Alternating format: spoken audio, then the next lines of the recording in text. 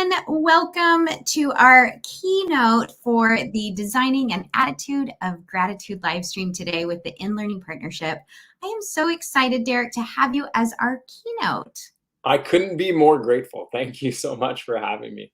It's really exciting to make these connections through our different networks. So we were connected with Derek through the Google Innovator Network.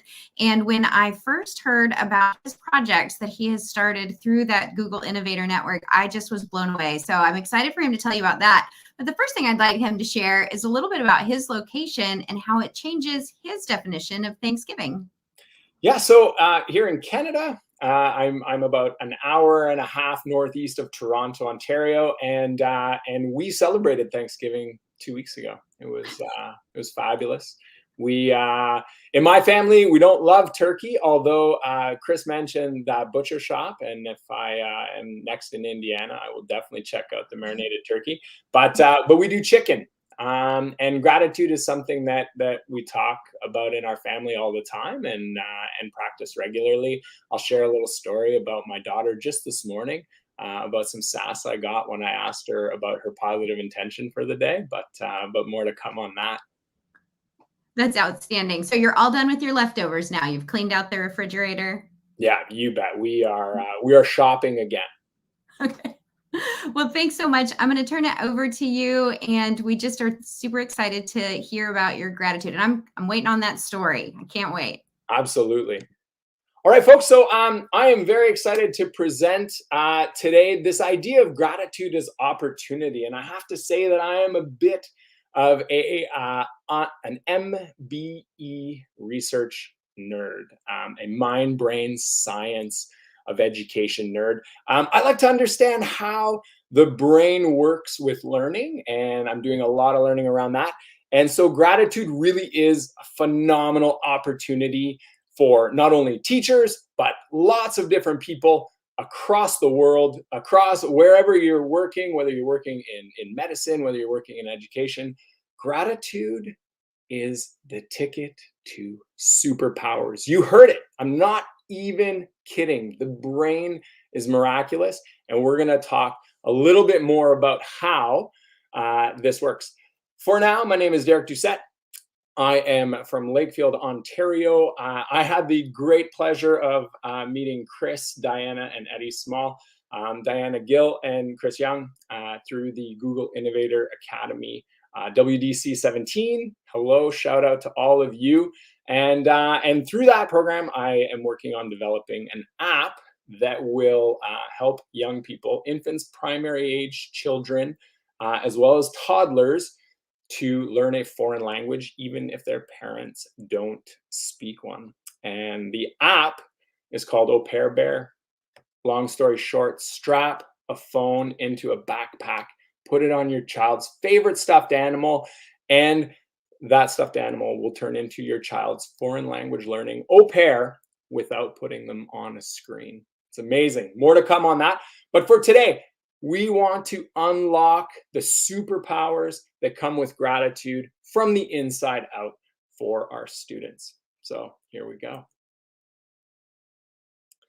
These are the considerations I want you to keep in the back of your mind as we're going through this keynote.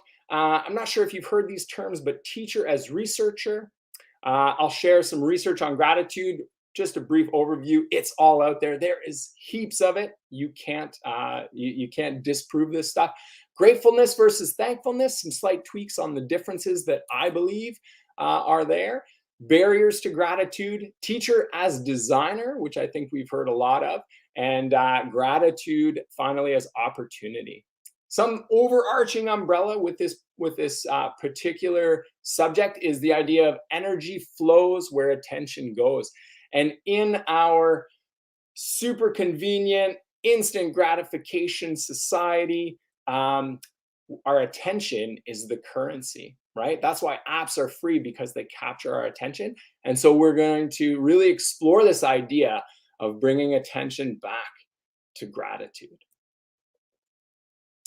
And so here we are. If you haven't had a chance to read Neuroteach by Glenn Whitman and Ian Keller, I strongly recommend it. It was recommended to me a few years ago, and it really dives deep into this idea of knowing better, doing better, teacher as researchers. The authors contend that we as teachers get flooded with data every single day. We are constantly seeing learning, but they also liken it to holding a cup underneath the tap. And you can imagine if that tap doesn't stop, it's just overflowing, right? And so we are constantly making decisions using this qualitative data to help guide our practices. And so it's really about trying to dip our cup in, take a look at what we've got so that that can better inform our practices. So here's the research. And it's true, gratitude does change everything. There's a study from the Behavior Research and Therapy that worked with Vietnam war vets and found that those who were practicing gratitude experienced lower rates of post-traumatic stress. The brain is magical. There was also a study in the Journal of Personality and Social Psychology that found that gratitude was a major contributor to resilience following the attacks of September 11th. And so I couldn't say this any more clearly. The brain is a mystery, but it's also a beautiful miracle in that we think of the things that the brain can do and the placebo effect. If you think about this, medicine, a sugar pill, in fact, that someone takes and they believe is medicine, and that strong belief that that is medicine actually cures their ailments.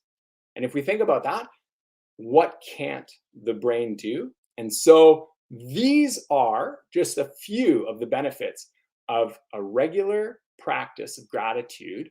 And as it's instilled in our students, these are the benefits that they can sow. Fosters resilience, improves happiness, improves our relationships. We become more optimistic, reduces impatience. So we have greater empathy toward others, more patience to hear people out, and improves decision-making. I don't know what more we can want with that.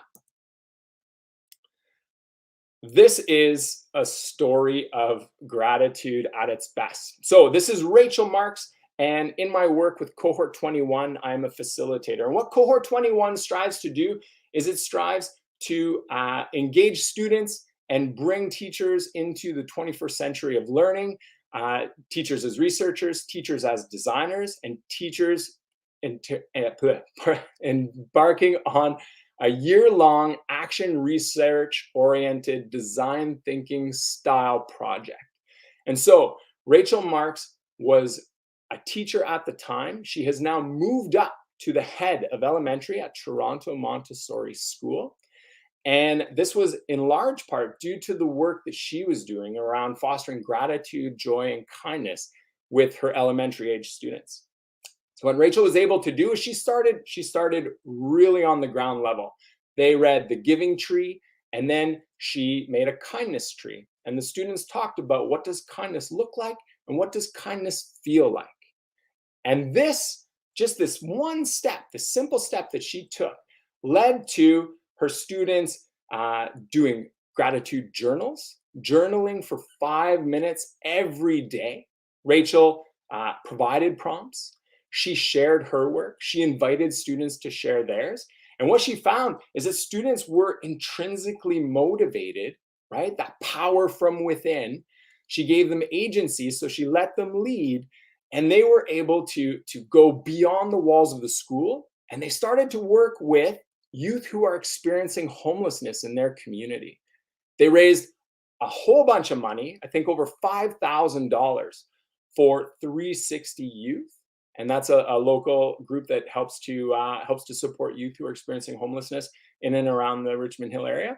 And her students slept outside. They went out into the community to meet people and to foster kindness and to offer just their kindness and their vote of gratitude for all that they had, and use that provide service to others, right? And so this is just one small example of how we can really, like, one small spark can light that fire within and really lead young people to discover their inner power, right? Their inner superpower.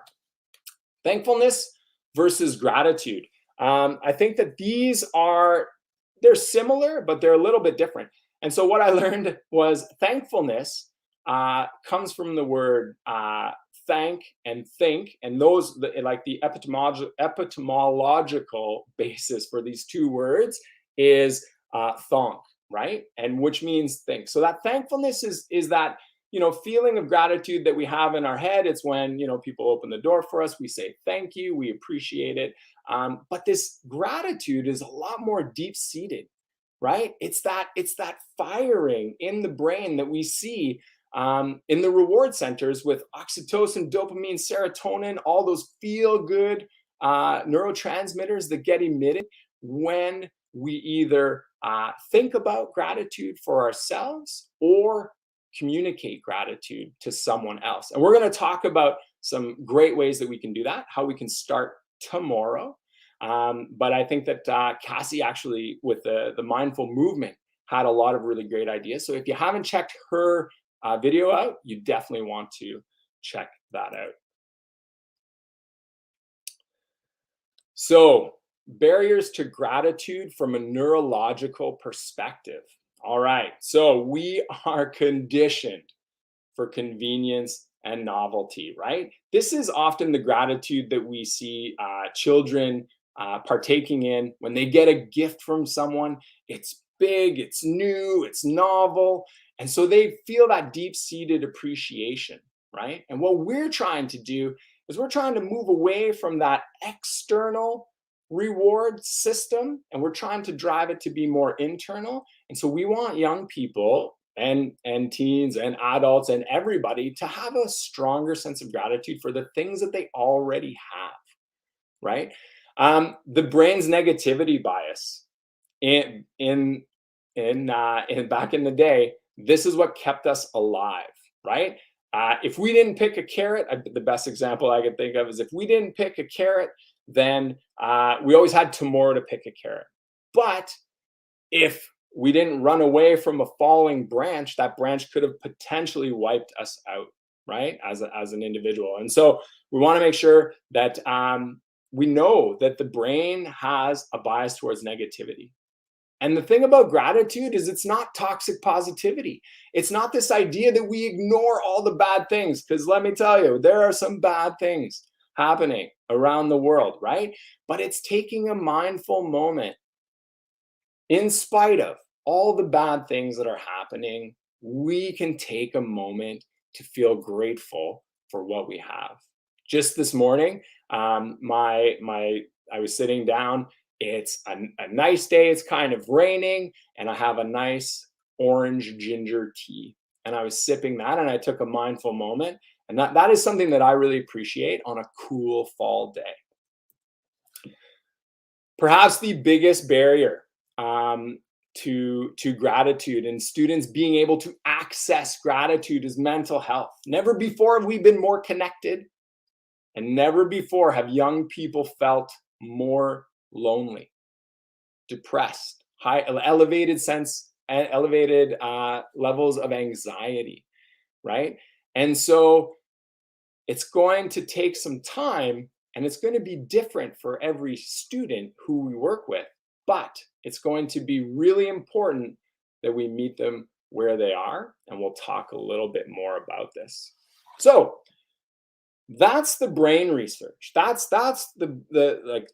is all this brain research down into a nutshell, right? If you want to go digging on your own, you will find countless studies, you will find countless examples, and I'll also provide some here. But now we need to shift away from teacher's researcher, because we just learned a lot of stuff. Know better, do better, this idea. And we want to start to dive into teacher as designer, right? We want to think about, what is school for? Right? At the end of the day, what is school for? And what are the life-worthy learning ideas, concepts, skills that you want to instill in your students? How might designing an attitude of gratitude work best for your students, right? And the best thing is you're the expert. You have the power to help students unleash and unlock this reward system, right? As we get caught in these like doom scrolling, looking through the news, right? It can feel pretty dark, and we want to be able to cast a light on the good.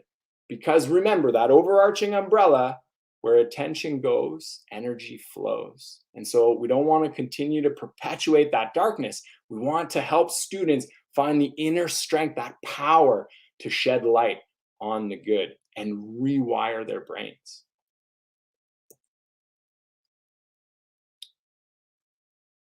And here we are. How might we help students realize their inner power?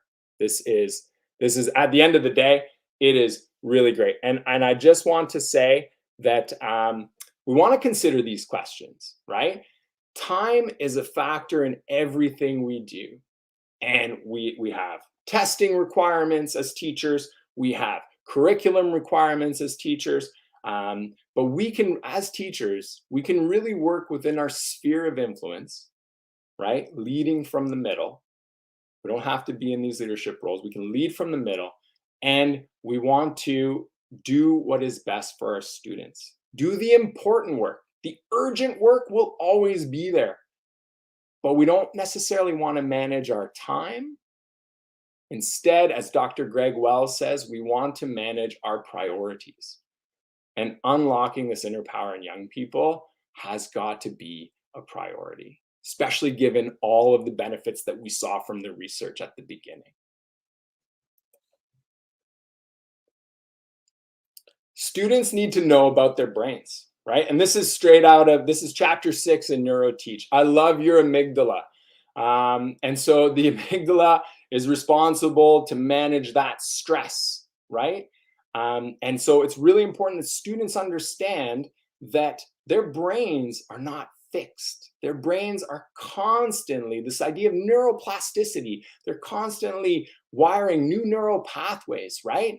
Just because something is hard today doesn't mean that we can't work at it and have it become easier over time, right? And that's getting back to Dweck's work around, fixed versus growth mindset. And we'll all display fixed mindsets in some areas. But it's really helping students to get on that growth mindset. And I imagine if you're watching this, you are going out of your way to catch a live stream. And so this is probably stuff that you are already doing. Too often we hear that I just can't do it. And then it's just the power of yet, right? I just can't do it yet. And so I don't know if you have come across Mark Brackett's Permission to Feel, but I have had great success with this in my classes. This is, at the end of the day, it's unlocking the power of emotions to help our kids, ourselves, and our society thrive. You could have Chris Young, you could have Diana Gill, or you could have Eddie Small, or you could have all three of them in one room. Some of Indiana's most dynamic educators, right? Let's throw Lena in there. And if a student is feeling like they're in the red, right? Often we ask, how are you feeling? And if they're feeling in the red, meaning their energy is really high, their pleasantness is really low, nothing those people can do are going to be able to help that student learn, right? Their amygdala is firing and they just can't. Their learning will not take place in this area. So what we need to do as educators is we need to figure out, every day students are coming in, we don't know from what. We don't know whatever experience they're coming in from unless they share it, right? And so what Mark Brackett proposes is that we can name it to tame it, right? We can do these breathing exercises, finding mindful moments. And if you're in the red, you may not be able to access gratitude, right? So maybe that student needs to take a walk. Maybe that student needs to go speak with the school counselor. And all these things are within our power to have happen Because even if we're trying to do this awesome thing with gratitude, even if we have the best educators in the world, if the student is not in a place where they feel safe and secure, then they will not be able to fully engage in any activity. So, as promised, ideas you can try tomorrow. The gratitude tree or parking lot. What I love about this idea is it's low stakes, right? It's very, very low stakes. Don't put a name on it. And it's highly visible, right? Project Zero, Making Thinking Visible, out of Harvard University, is an amazing course if you have the opportunity to take it. But these routines are really important because as students get to see what other students are writing and what teachers are writing, it can start to help them have a better understanding of where their gratitude lies and how they might access gratitude in their own right. You know what I mean? And that gratitude could be for classmates. It could be for school leaders. It could be for anyone who works at the school. It could be for kids in other classes. It could be for anyone within the school or community. It could be about grandparents and caregivers and all these other things. That is a really easy one. You could start that tomorrow, right? And it might go really well for some, and it might not for others, but it is something, and we'll talk a little bit more about that. Gratitude journals and videos where the students are given a prompt and they're given a moment just to calm down. And there's a researcher out of UC Berkeley who's doing a lot of work around this. And it's just that time where their breathing control, like their breathing comes down. It's more of a controlled breathing, but it's not structured. They feel safe, right? It's not rushed. There's protected time, and they can just sort of write a prompt. What I would encourage with journals, as teachers, we're often asked to measure, right? We want to assess, we want to evaluate, we want to get all this. Let's leave gratitude out of it, right? Let's allow students to arrive at gratitude intrinsically in their own space, in their own time, and let's let them have a say in how that might look, right? Thank you notes and strength spotting. I did this with a group of 30 teenage boys, grades 9 through 12. We were deciding on community character strengths and what were the pillars? What were these pillars that we were going to rest the community on? And we used a Google form.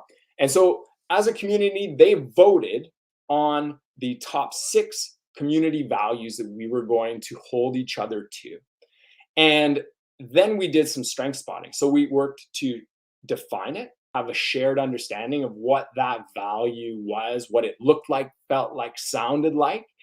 And then at the end of the week, they got to go about their day in school and doing their thing. And then at the end of the week, we distributed a Google form when we were together, and they were able to strength spot and say, I appreciate so-and-so because he showed great loyalty in helping me get to my locker and to class with all my projects and things in hand. And it's just something little, right? And what happens with that is that gratitude is not only good for the person receiving it, but there's a lot of research to show that the person giving it gets a tremendous amount of good as well, right? And they get those feel-good hormones. And again, we read them out. And so it wasn't a case of having students go and like give them to different kids. It wasn't a popularity contest because we knew who was saying it and we knew who was getting it, but we just sort of read them out, and it just really made a nice sense for our community. It was like a really nice bookend to the work we were doing, and then we continued to do that. Random acts of kindness. These are great. Lots of people talked about these. And I think that with the random acts of kindness, it's good that you pay it forward. So if someone does something kind for you, then it's your responsibility to then keep that kindness going. Depending on the age of the people listening, we've all gotten those chain mails, chain emails, chain letters. You got to pass this on to 10 people. Those are different than these random acts of kindness. Gratitude A to Z is another quick one that you can get in on. It is just you sort of write out the alphabet. I say Z because I'm Canadian. So there we go, a bit of a language difference. Gratitude A to Z. And so you can have, what are you grateful for that starts with A? And then this is more of a whole group activity that you can get everyone involved in. Everyone can take a letter, or you can just sort of have a popcorn style protocol where people just shout it out. That is also available there. And so these are just ideas. And so what we want to be really mindful of is when we're launching gratitude, right? We should start slow, right? We should start with a leveled approach based on readiness, right? Maybe you take a three-pronged approach. And I say this in that you're the expert. You know where your students are. I always believe in giving students choice. And so, in the wayfinding, it might be, we might start with what is gratitude and better understanding the brain. The students who are ready to climb, they might go in and be ready to do the gratitude tree or the parking lot, which is just Post-it notes, right? Ready to launch might be ready to, start gratitude journaling because they just have a more benevolent disposition, right? This might be something that they already have experience with. And when we do that, I think we honor where students are at. And then there's not that feeling of overwhelm. The amygdala doesn't get fired to say like, oh, this is a stress. I am like well outside of my comfort zone. Even though good things happen outside your comfort zone, you want to keep students in the zone of proximal discomfort. And so here are, my quick tips when you're launching. Build time into the day intentionally and protect it. As soon as you start to slough off your gratitude, you're going to devalue it. The way that we show we value something is we attribute time and space to it, right? Make it visible for those who wish for it to be. And that's talking about that making thinking visible. That's a really important process. And honor the process, not just the product. As teachers, I am guilty as charged. I really like to really think about things and have that perfect product at the end. I'm going to snap a pic on social. I'm going to share it out to my network and say, hey, look at this amazing thing that my students have done. But to unlock that inner superpower, you don't have to do that, right? You can just keep it really simple, and it could just be a consistent practice that you engage in, because as James Clear helps us to understand, greatness is consistency, right? Meditating once is great, right? Meditating daily is rare. Exercising once is good. Exercising and training weekly is great. Writing an essay one time is fine. Writing every day is heroic. And his idea around this is unheroic days lead to heroic decades.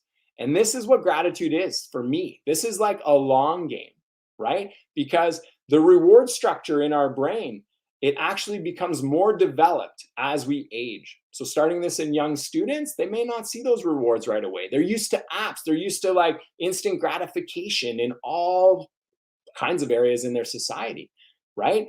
Gratitude is a bit of a longer game. So let's keep it consistent. We don't want to overdo it either, right? And the best story I have for this is this idea of when I was a tech integrator way back, I brought Prezi to the school and I said, Prezi's got this cool thing that's happening. And then like 19 different teachers all jumped on Prezi, and it seemed like the kids were just getting slammed with Prezi.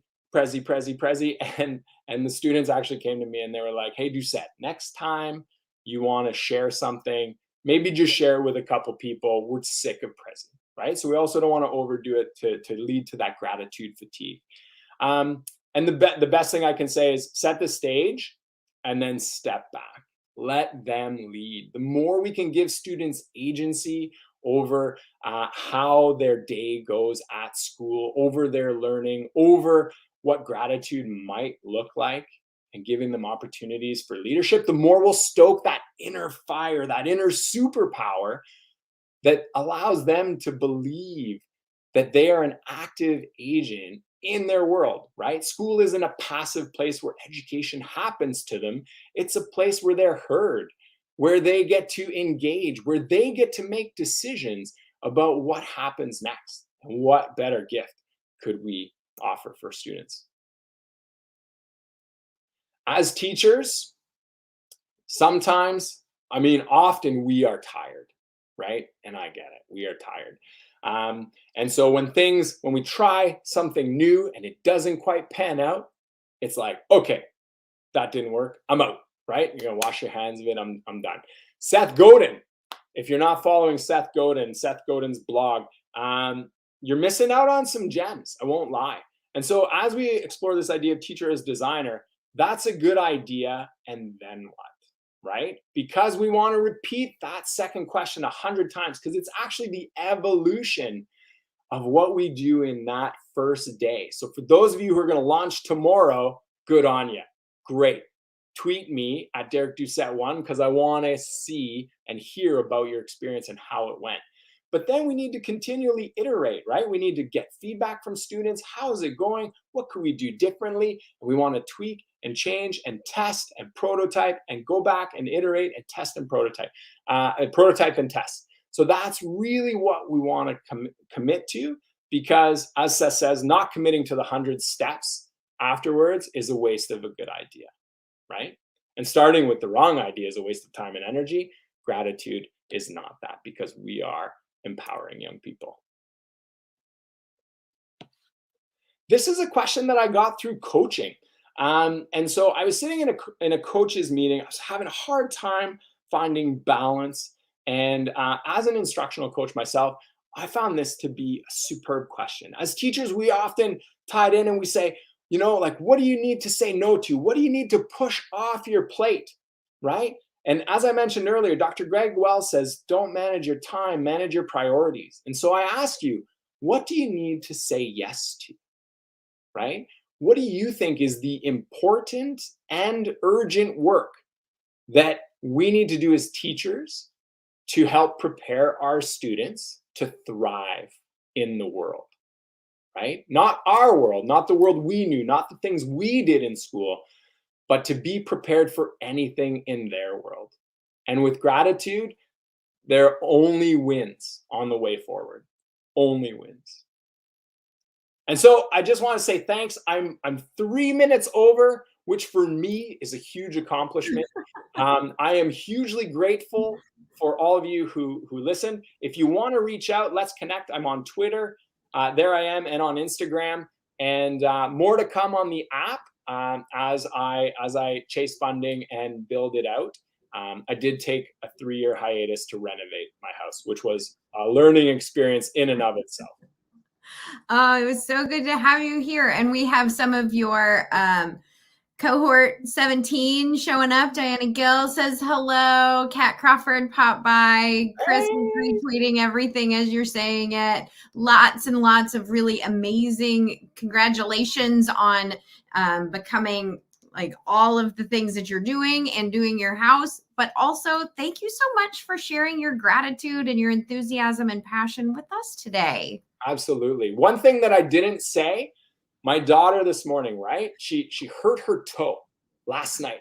And so she's like, oh, my toe really hurts. And she keeps stubbing it this morning. I was like, Roxana, I understand that you're hurt, but let's set a positive intention for the day. What do you hope to happen today? And she goes, yeah, joy at school. Yeah, friendship. And she's like waving her lunch around.